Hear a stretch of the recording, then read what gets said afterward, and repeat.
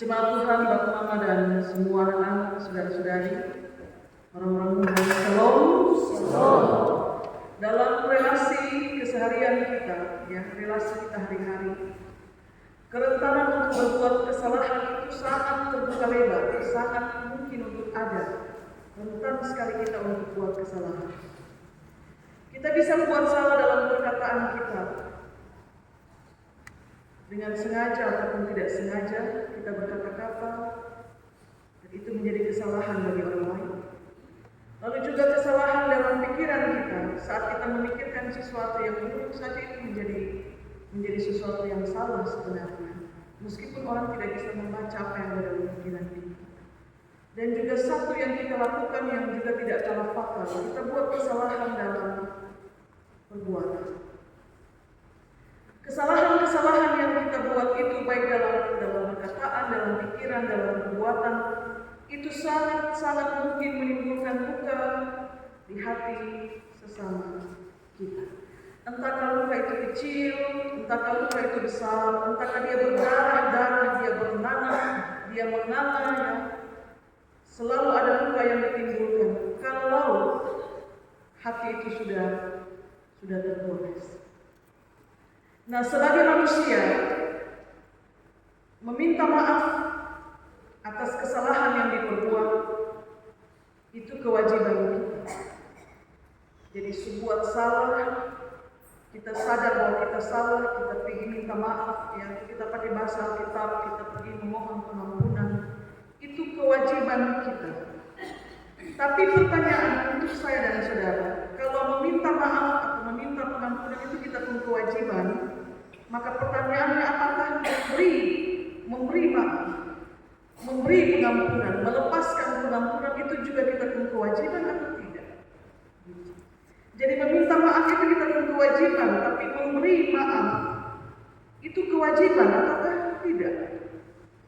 Ini pertanyaan untuk kita renungkan, Bapak Ibu, saudara-saudari, kakak adik semua.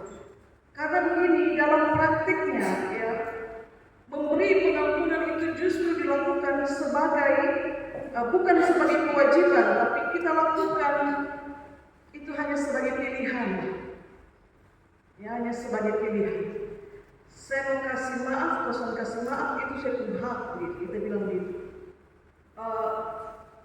Saya mau kasih maaf, saya kasih maaf, saya mau kasih ampun, saya kasih ampun. Saya tidak mau kasih ampun, itu saya urusan.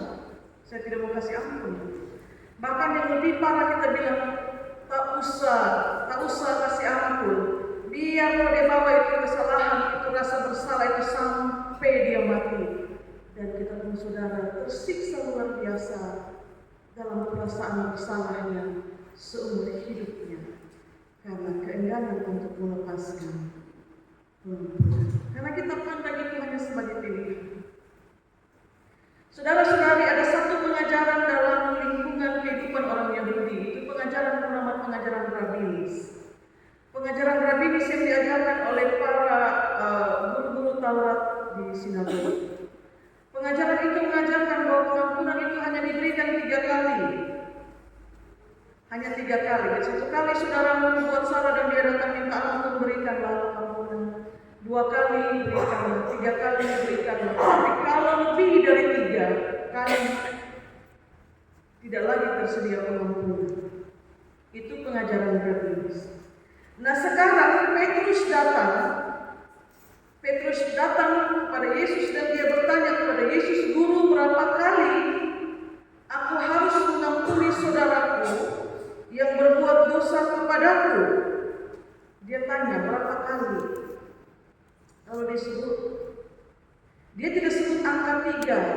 Dia orang Yahudi, dia tidak sebut angka 3 sesuai dengan pengajaran rabinis, tapi dia sebut angka 7. Apakah kau harus mengampuni dia 7 kali?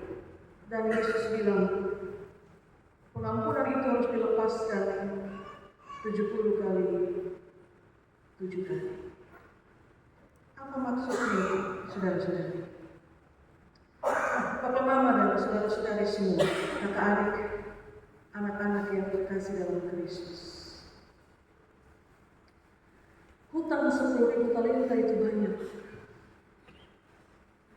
Hutang 10.000 talenta itu banyak, bahkan dibandingkan dengan hutang 100 dinar. Saya harap Bapak Mama juga mengikuti pembacaan tadi ya, bahwa 2 orang berhutang 100.000 talenta, 100 dinar.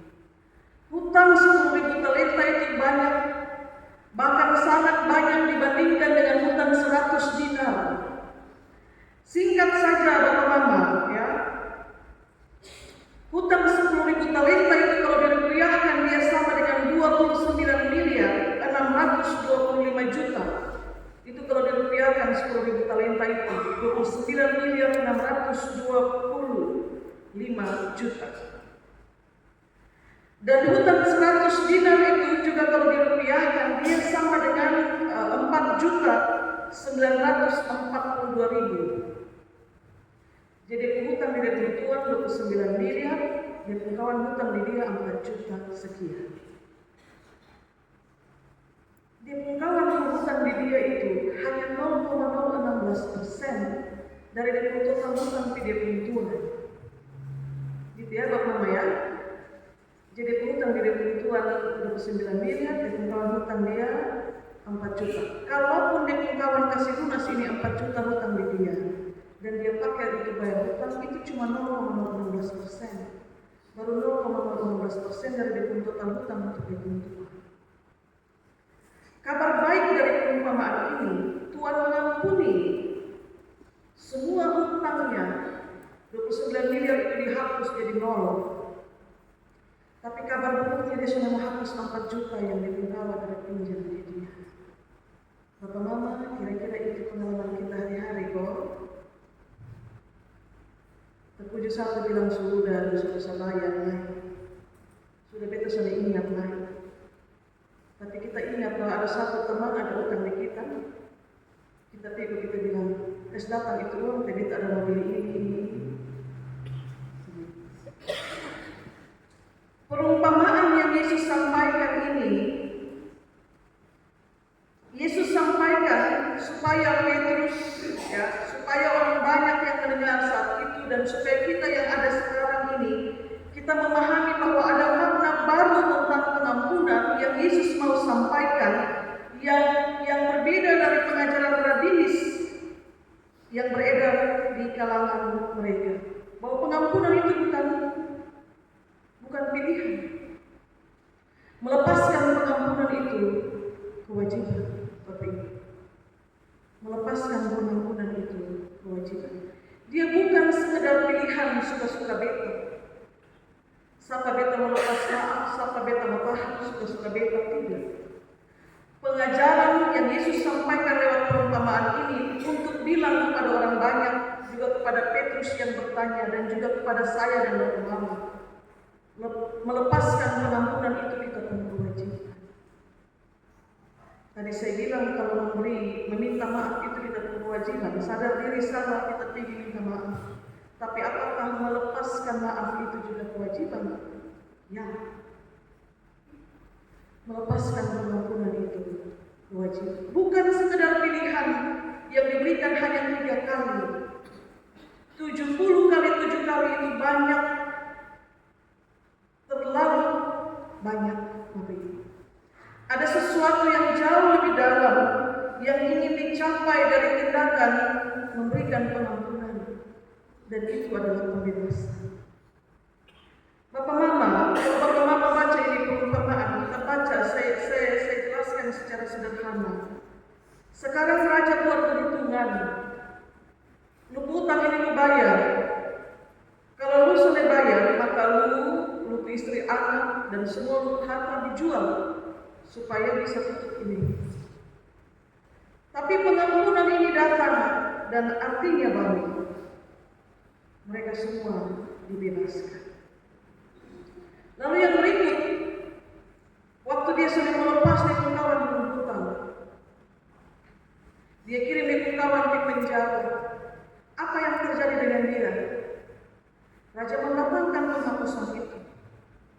Dia juga dipenjarakan, diserahkan ke al-bojo supaya sampai dia membayar lunas hutangnya 10.000 kali. Pembebasan di sini tidak dimaksudkan bahwa kita dibebaskan untuk saya dapat pengampunan, saya dapat pembebasan, supaya kemudian saya bisa ulang lagi. Bayangkan pengajaran Nabi di situ cuma 3. Benar itu untuk memberikan efek jerah, tapi Yesus memahami bahwa roh itu penurut, tapi daging itu lemah. Dan karena daging yang lemah itulah, maka kemungkinan besar kesalahan kita bukan cuma 3 kali. Kemungkinan besar kesalahan kita akan lebih dari 3. Bahkan juga lebih dari 7. Maka lepaskan pengampunan itu 70 kali 7 kali. Pengampunan yang memberikan pembebasan itu dimaksudkan bahwa yang pertama, dia yang menerima pengampunan itu, dia dibebaskan dari dosa dan dia dibebaskan dari rasa bersalah karena sudah buat orang lain terluka. Ketika Raja membebaskan dia dari semua hutangnya, itu gambarannya bahwa kau dilepaskan dari hubungan yang mengikatmu karena dosa dan karena rasa bersalah. Tapi ingat bahwa dia yang melepaskan pengampunan juga, dia menerima pembebasan. Ya, dia menerima pembebasan. Dia dibebaskan dari akar pahit yang sementara merambat dalam hatinya untuk bilang, tak usah kasih maaf. Tak usah kasih maaf. Simpan itu pengampunan karena dia sudah terlalu berlebihan. Tanpa kita sadari itu akar pahit itu berkembang, bertumbuh dalam diri kita oleh karena kebencian. Karena apa? Karena kita selalu mengingat-ingat kesalahan. Tapi firman Tuhan bilang, Tuhan tidak pernah mengingat-ingat kesalahan. Kalau dia mengingat-ingat kesalahan Bapak Ibu, hutangmu bukan cuma 10.000 kali yang harus dia hapus. Tapi perumpamaan ini mau bilang, kau saja tidak mampu bayar 29 miliar. Temanmu yang miskin juga tidak mampu bayar 4 juta itu. Ketika kau menerima pengampunan untuk 29 miliar, lepaskan juga pengampunan untuk 4 juta yang temanmu ambil dari itu. Itu makna pembebasan dari pengampunan. Dia yang bersalah juga dibebaskan. Kita yang lepas pengampunan kita juga dibebaskan. Satu pengampunan yang kita lepaskan itu menyelamatkan banyak hal dan juga menyelamatkan banyak diri. Raja membebaskan 29 miliar, bukan hanya dia yang bebas, dia istri anak juga. Karena kalau dia sudah sanggup bayar, bukan hanya dia istri anak juga. 3 kali terlalu sedikit, Bapak Ibu. 7 kali juga. Maka lepaskan dia 70 kali 7. Yang terakhir. Kalau tadi kita bilang meminta maaf itu kita punya kewajiban, ya. Kemudian melepaskan pengampunan itu juga kewajiban, itu bukan pilihan. Maka pertanyaan, apakah saudara dan saya butuh waktu untuk melepaskan pengampunan? Bapak Ibu, apakah kita perlu waktu sebelum akhirnya kita lepaskan pengampunan itu? Menurut Bapak Ibu, orang sebuat salah maunya ingin balas yang sama, bahkan lebih jahat dari yang dia buat. Tapi kemudian kita dengar bahwa memberi pengampunan itu kewajiban. Sekarang untuk melaksanakan kewajiban itu, apakah saudara merasa saudara perlu waktu? Saudara perlu waktu untuk melepaskan pengampunan, untuk memberi maaf. Harus kita akui Bapak Ibu, manusia yang roh memang penurut tapi daging lemah ini memerlukan waktu untuk melepaskan pengampunan. Kita perlu waktu. Kita perlu waktu untuk berdamai dulu dengan diri sendiri, menenangkan hati, pikiran, perasaan yang sudah terluka dan tercabik-cabik itu, memulihkan diri dari rasa benci karena kesalahan sudah saya Lalu dengan kekuatan yang kita minta dari Tuhan, barulah kita melepaskan pengampunan itu. Karena ingat baik-baik pada bagian terakhir Yesus bilang, pembebasan itu hanya diberikan kepada yang melepaskan pengampunan bagi saudaranya itu dengan sungguh-sungguh, dengan segenap hati. Maka momen di mana ruang untuk kau berdamai dengan dirimu, itu harus menjadi momen yang sungguh-sungguh kau resapi bahwa kalau memang Tuhan berkenan untuk saya lepaskan pengampunan, beri saya kekuatan. Lalu ketika kau lepaskan pengampunan, lepas dengan sepenuh hati. Jangan ingat-ingat. Karena pembebasan hanya disediakan bagi yang melepaskan pengampunan dengan segenap hati. Lalu apakah Tuhan tidak memahami maupun sakit hati? Dia suruh kasih pengampunan 70 kali 7 kali. Apakah dia tidak memahami bahwa Tuhan saya sakit? Saya terluka dengan perkataan, dengan perbuatan. Pembalasan adalah hak Tuhan. Pembalasan bukan hak kita, saudara. Pembalasan itu adalah hak Tuhan. Saya tahu bahwa saudara dan saya ada dalam ruang kebaktian ini, tapi paling tidak masih menyimpan kesalahan orang. Dan yang kedua, masih membutuhkan pengampunan karena sudah bersalah. Firman Tuhan pagi ini kasih ingat kita, meminta maaf itu kewajiban, tapi melepaskan pengampunan itu juga kewajiban. Bukan pilihan. Bukan pilihan 3 atau 7. 70 kali 7 kali. Banyak melepaskan pengampunan. Manfaat apa kalau lepaskan pengampunan? Akar pahit itu tidak bertumbuh. Tidak ada sampah. Tidak ada kepahitan yang terus-menerus kau bawa. Sebab peluang untuk jatuh dalam dosa itu sangat besar ketika akar pahit itu bertumbuh. Karena kau akan benci dia, yang pertama. Yang kedua, karena kau benci. Nanti kau duduk di mana di situ dan dia lewat, kau sebarkan lagi kebencianmu pada temanmu, itu dia suka dia. Tahu maksudnya bahwa dia ada begini. Tersebarlah kebencian itu.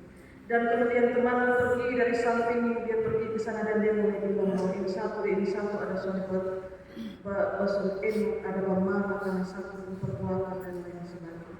Tapi kalau akar pahit itu sudah dicabut, tidak ada lagi penyebaran tentang kebencian.